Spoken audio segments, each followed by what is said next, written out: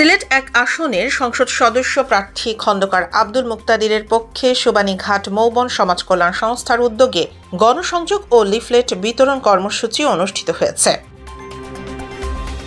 শুক্রবার সুবানীঘাট এলাকায় আয়োজিত এ কর্মসূচিতে বিশাল মিছিলের মাধ্যমে স্থানীয় জনগণের মাঝে খন্দকার মুক্তাদিরের বার্তা পৌঁছে দেওয়া হয়। মিছিলটি বিভিন্ন সড়ক প্রদক্ষিণ করে এলাকাবাসীর ব্যাপক সাড়া লাভ করে। অনুষ্ঠানে সভাপতিত্ব করেন সুবানীঘাট মৌবন সমাজ কল্যাণ সংস্থার সভাপতি ইফতেখার আহমেদ সুহেল এবং কর্মসূচি পরিচালনা করেন ক্লাবের সহ সাংগঠনিক সম্পাদক মুশাররফ রহমান আসিফ।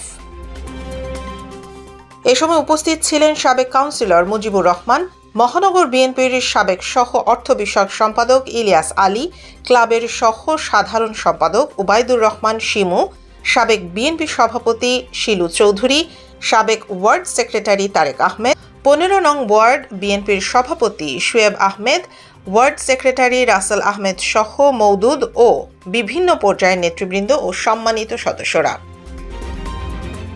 বক্তারা বলেন, খন্দকার মুক্তাদির একজন পরীক্ষিত ও জনবান্ধব নেতা।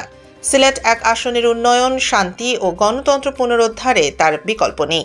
তারা আসন্ন নির্বাচনে ধানের শীষ প্রতীকে ভোট দিয়ে খন্দকার মুক্তাদিরকে বিজয়ী করার আহ্বান জানান।